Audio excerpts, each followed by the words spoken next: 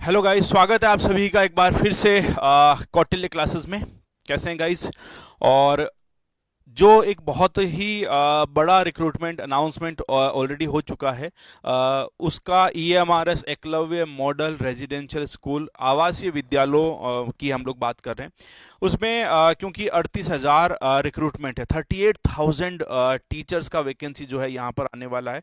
तो इसी वैकेंसी में हम लोग जो है यहाँ पर देखते हैं कि सर हमारे पास कंप्यूटर साइंस के लिए क्या क्या है ना। तो कंप्यूटर साइंस में क्या एलिजिबिलिटी होने वाली है, क्या उम्र होती है, क्या इसका सिलेबस होता है, और इसका रिक्रूटमेंट प्रक्रिया सिंपल है। इसकी रिक्रूटमेंट प्रोसेस में केवल और केवल आपका एक रिटन एग्जामिनेशन है पीजीटी में, और कुछ भी इंक्लूड नहीं है, जैसा जनरली केवी वगैरह में है कि केवी में इंटरव्यू भी लिया जाता है पीजीटी पोस्ट में, है ना। ठीक है। तो अब देखते हैं कि यहाँ पर हमारे पास में बचे हुए पोर्शन के लिए क्या क्या चीज़ें अवेलेबल है। क्लियर? चलिए, पहले तो सभी के सभी जल्दी जल्दी जुड़ जाइएगा।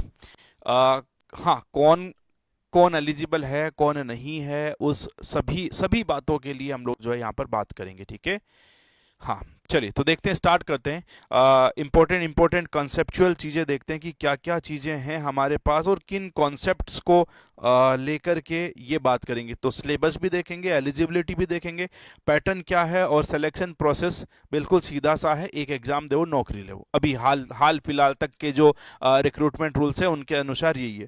ठीक है। तो सबसे पहली बात कि सर ईएमआरएस जो होता है उसका एग्जामिनेशन केवी की तरह ऑनलाइन तो नहीं होता है ना। नहीं, अभी तक के रिक्रूटमेंट रूल या जो लास्ट टाइम एग्जामिनेशन हुआ था ईएमआरएस का, इसका जो एग्जामिनेशन होता है वो ओएमआर शीट पे होता है, यानी कि पेन पेपर बेस्ड। जो लास्ट टाइम हुआ था दिसंबर 2023 के महीने में, जहां पर जो एग्जामिनेशन लिया गया था वो ओएमआर शीट पे लिया गया था ना। सीबीएसई ने कंडक्ट करवाया था, हालांकि इसके रूल्स कुछ अलग थे, बट हाँ ठीक है, मेन चीज़ ये समझ लो, इसका जो एग्ज़ाम है वो ओएमआर बेस्ड होता है, पेन पेपर के थ्रू लिया जाता है। ठीक है, ऑनलाइन नहीं होता है।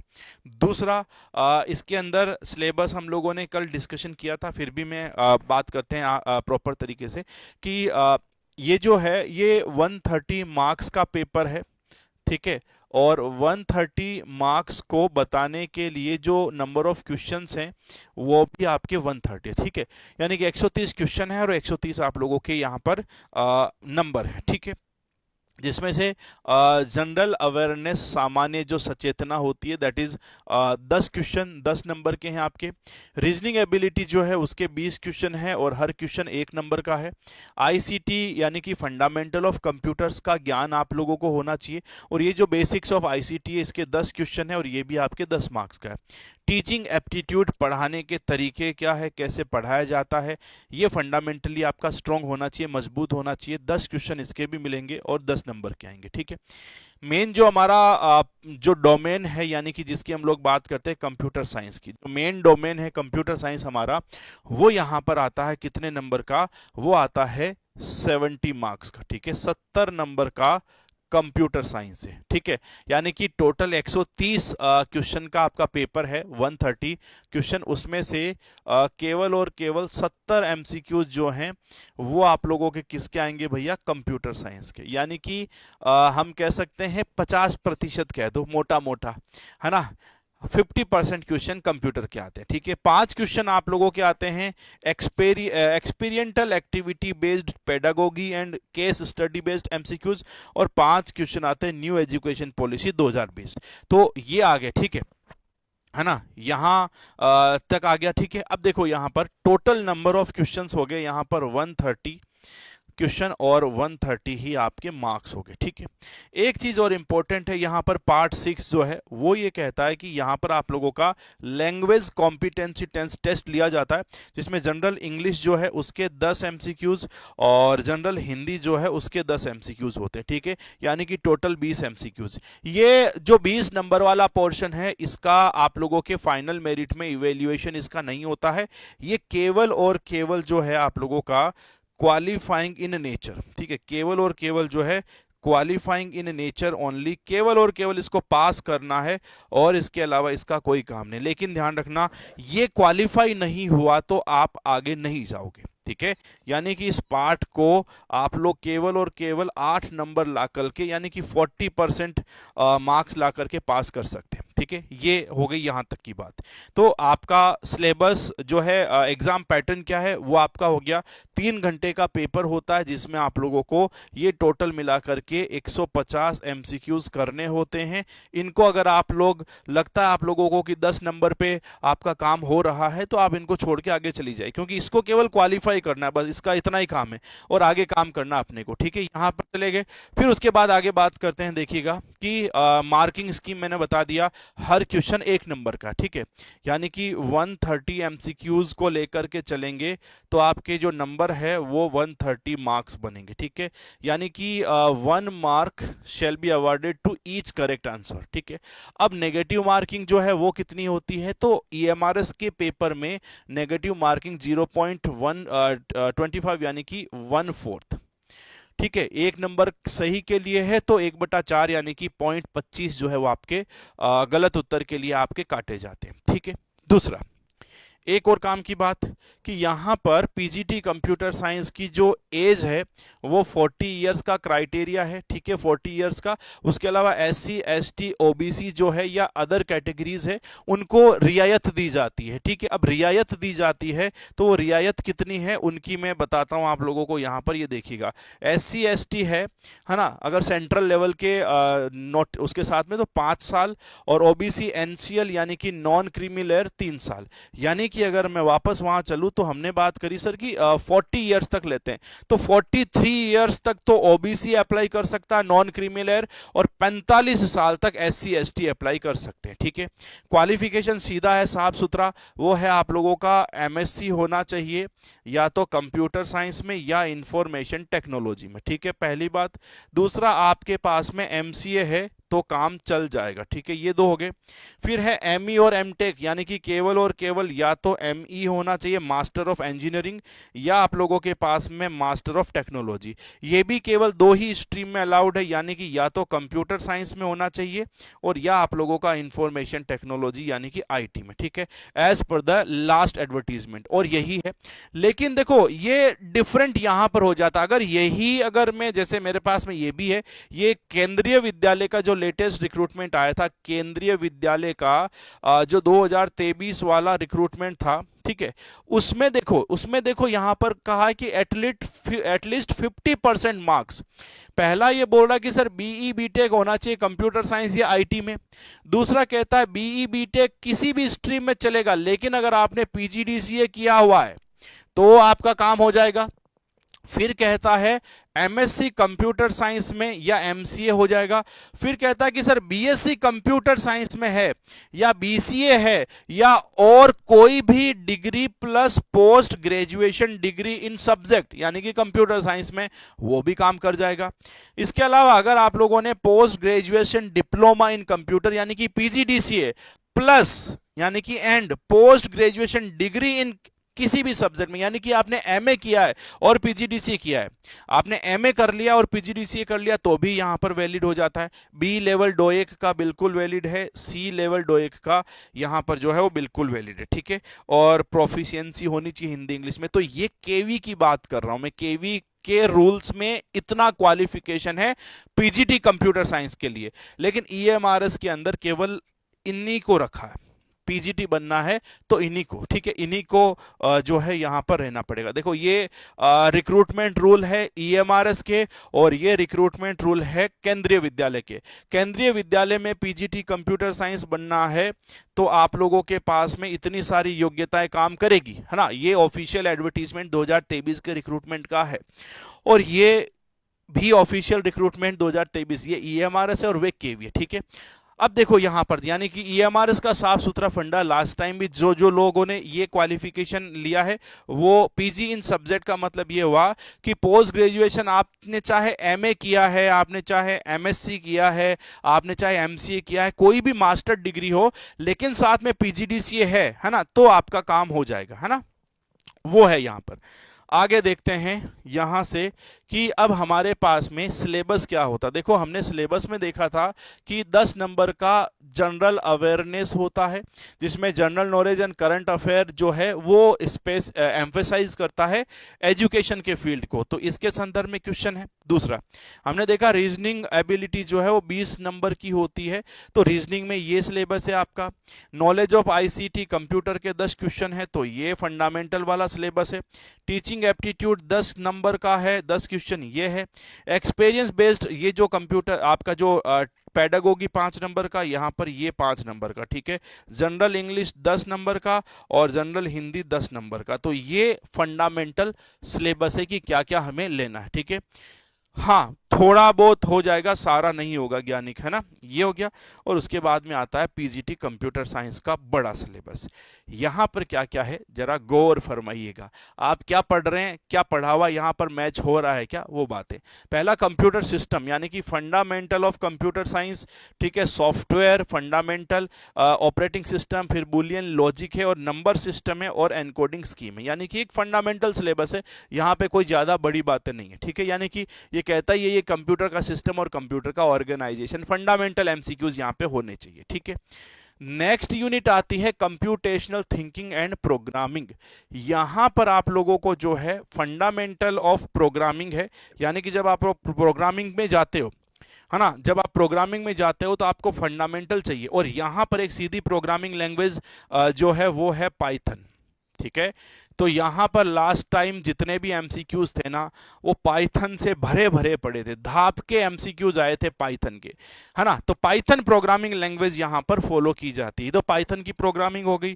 फिर उसके बाद में आता है ये पाइथन ही चल रहा है, ठीक है, यानी कि कंप्लीट पाइथन है यहां से लेके यहां तक और यहां तक ये पाइथन ही चल रहा है, ठीक है। पाइथन के मॉड्यूल्स, पाइथन में टुपल, पाइथन में डेटाबेस यूज करना, वो यानी कि 3 जो शीट है वो केवल पाइथन है, केवल और केवल पाइथन, ठीक है। जो आपके बिहार में नहीं आती, जो आपके राजस्थान में नहीं आती, जो आपके केवी में आती है, ठीक है। फिर यहाँ पे सोसाइटी लॉ एंड एथिक्स, है ना, डिजिटल फुटप्रिंट, यानी कि करंट के अंदर जो है हम लोग क्या पढ़ रहे हैं सोसाइटी में, क्या आईटी है, क्या साइबर लॉज है, किस प्रकार के कानून है, किस प्रकार की साइबर सिक्योरिटी होता है, ये सब जो है हमारे पास में यहाँ पर अवेलेबल है, ठीक है ना।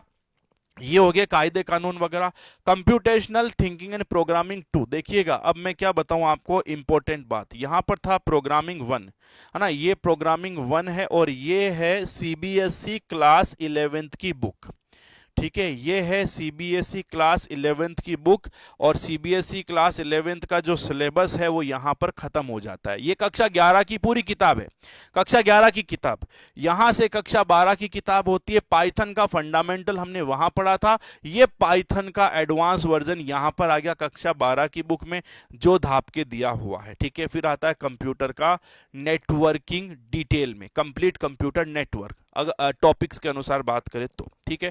Database management system complete DBMS including SQL and no SQL, ये भी यहां पर कवर्ड है पूरा का पूरा, ठीक है।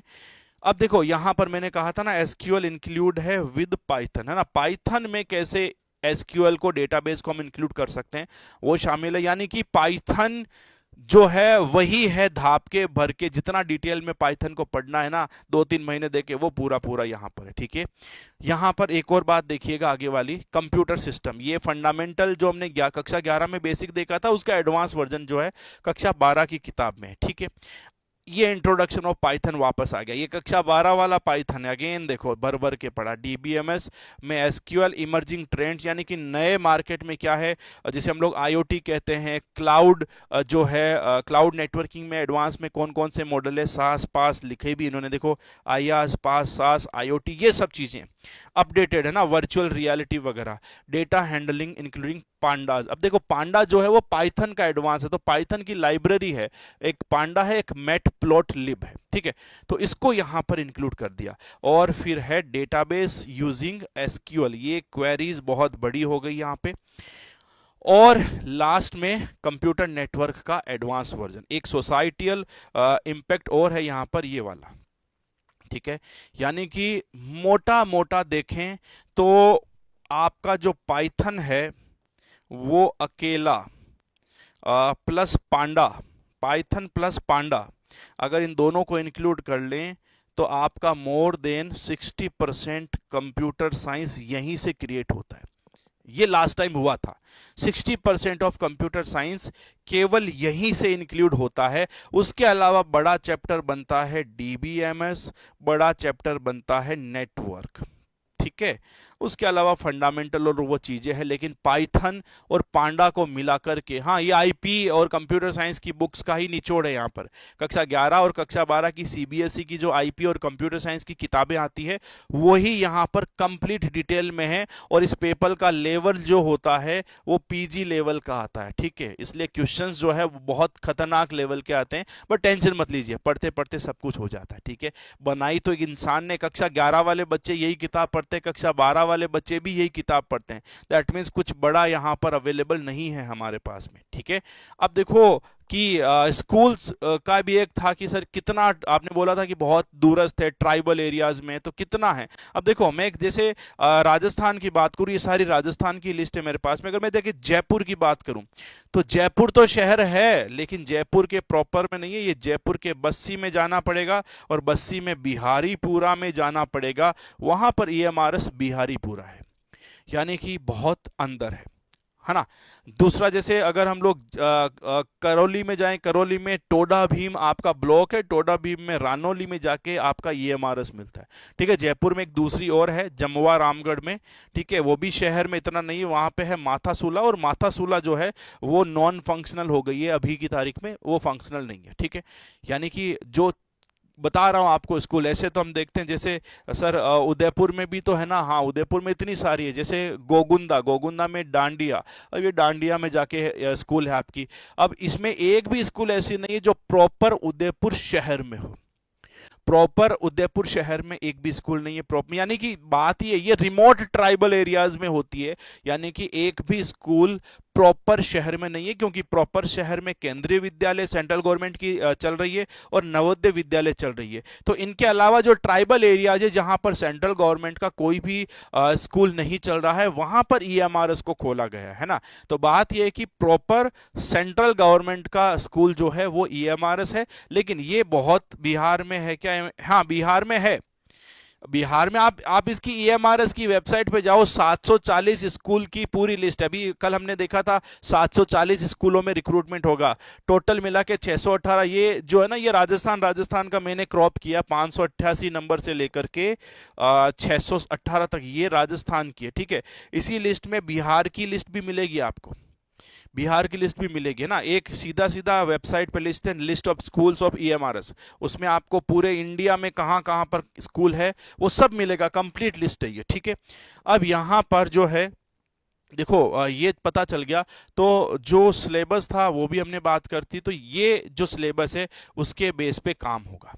दूसरा हमने कट ऑफ की भी बात करी थी लास्ट में, तो जो अगर रिक्रूटमेंट प्रोसेस की बात करें तो वहां पर हमारे पास केवल और केवल 130 एमसीक्यूज का एक पेपर है ऑब्जेक्टिव, और उसी ऑब्जेक्टिव पेपर के बेस पर आपका जो है वो सिलेक्शन होगा, ठीक है। इसमें कोई इंटरव्यू नहीं है, ना ही कुछ एक्स्ट्रा प्रोसेस है। हाँ जनरली जो मेडिकल वगैरह होता है, चाहे आप एलडीसी भी बनते हो तो भी आपका मेडिकल सर्टिफिकेट और पुलिस वेरिफिकेशन देना होता है। This is basic thing for every computer government job, है ना। इस बैच में सीएसई इसके लिए कुछ नहीं होता है। देखो बीटेक इन सीएसई नहीं है, देखो साफ सुथरा है यहाँ पर, BTech BE BCA BTech BSc कुछ भी नहीं है, सीधा मास्टर डिग्री होगा तो ही काम होगा, अदरवाइज नहीं होगा, ठीक है। ये बहुत स्पष्ट है इसके क्वालिफिकेशन के रूल्स जो हैं। लेकिन इसीलिए पिछली बार जो है इतनी वैकेंसी निकाली, लेकिन कट ऑफ आपने देखी थी, मैंने कल बताया था कि कट ऑफ इतनी बड़ी नहीं थी यहाँ पर, ठीक है। तो जो वैकेंसीज है जिसमें हमारा प्रोसेस केवल इतना सा है, बस 130 एमसीक्यूज का पेपर देना है, और सीधी सीधी आप लोग जो है, पता है किस लेवल की नौकरी लेने वाले हैं आप लोग, जो है इसका जो है लेवल जो है 8 है, यानी कि सीधी 80-90 हजार रुपए सीधी सैलरी है, ठीक है। हाँ जेएनवी में भी इंटरव्यू नहीं होता है, केंद्रीय विद्यालय में होता है, नवोदय विद्यालय में नहीं होता है ना। अब एक और बात है टीजीटी की, जहां तक बात करें, देखो टीजीटी जो है ना, तो कंप्यूटर साइंस टीजीटी जो है वो केवी में कभी आया है, ठीक है, और ना ही नवोदय विद्यालय में आया। लेकिन हाँ, इस बार रिक्रूटमेंट रूल्स अपडेट किए हैं, तो नवोदय विद्यालय में टीजीटी कंप्यूटर साइंस वैकेंसी आएगी।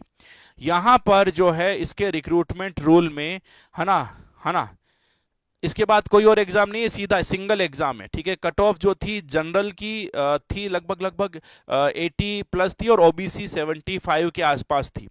तो कोई ज़्यादा बड़ी कट ऑफ नहीं थी, सिंपल सा था। थोड़ा बहुत ढंग से पढ़ा ना, कितना एग्जाम, एक सिंगल एग्जाम के बेस पे सिलेक्शन होता है। तो टीजीटी कंप्यूटर साइंस, इसमें भी अभी तक तो पोस्ट क्रिएटेड नहीं है, बाकी सब टीजीटीज है, कंप्यूटर साइंस केवल पीजीटी है यहाँ पर। तो हो सकता है न्यू एजुकेशन पॉलिसी के बेस पर इसमें भी टीजीटी कंप्यूटर साइंस और प्राइमरी टीचर्स कंप्यूटर साइंस के जनरेट हो जाए। लेकिन अभी तक मैं ये कहूँगा कि यहाँ पर अभी तक जो है वो नहीं रहेगा। ठीक है, हाँ, क्लियर। हाँ, टीजीटी कंप्यूटर साइंस का अभी तक कुछ भी नहीं कह सकते, क्योंकि TGT computer science generally vacancy आती नहीं है, पीजीटी वाले ही उनको पढ़ाते हैं।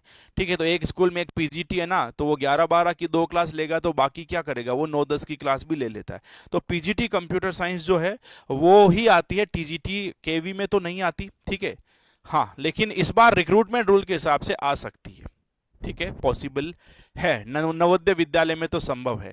तो ये था कि भाई रिक्रूटमेंट प्रोसेस क्या है कंप्यूटर साइंस टीचर का। क्वालिफिकेशन में बात कर ली, उसके बाद में हमारे पास में क्या क्या जो है रिक्रूट क्वालिफिकेशन होना चाहिए, सिलेबस क्या, ये भी मैंने पूरा बना दिया। ठीक है, तो ये सारी चीजें हैं यहाँ पर। हाँ, क्लियर। तो ये था कि जब हम लोग बात करें ईएमआरएस कंप्यूटर साइंस टीचर्स के लिए क्या क्या चीज़ें यू हैव टू फोकस, है ना, कहाँ पर फोकस करिए, तो वो चीज़ें हैं यहाँ पर। ठीक है, सीटेट मान्य तो किया होगा। देखो, सीटेट कंप्यूटर साइंस में नहीं होता, तो उसे मान्य करके करेंगे भी क्या। ठीक है, तो ये चीज़ें देखो चेंज होती है, जब नई वैकेंसी आती है तो उस समय कुछ हो सकता है। ठीक है, क्लियर। तो मिलते हैं नेक्स्ट सेशन में। ये था अभी की आपकी सारी अपडेट की कंप्यूटर साइंस में क्या क्या चीज़ें जो है हमें ध्यान में रखनी है ईएमआरएस स्पेशल वैकेंसी के लिए। ठीक है, तो मिलते हैं नेक्स्ट सेशन में। Thank you so much, bye bye, take care.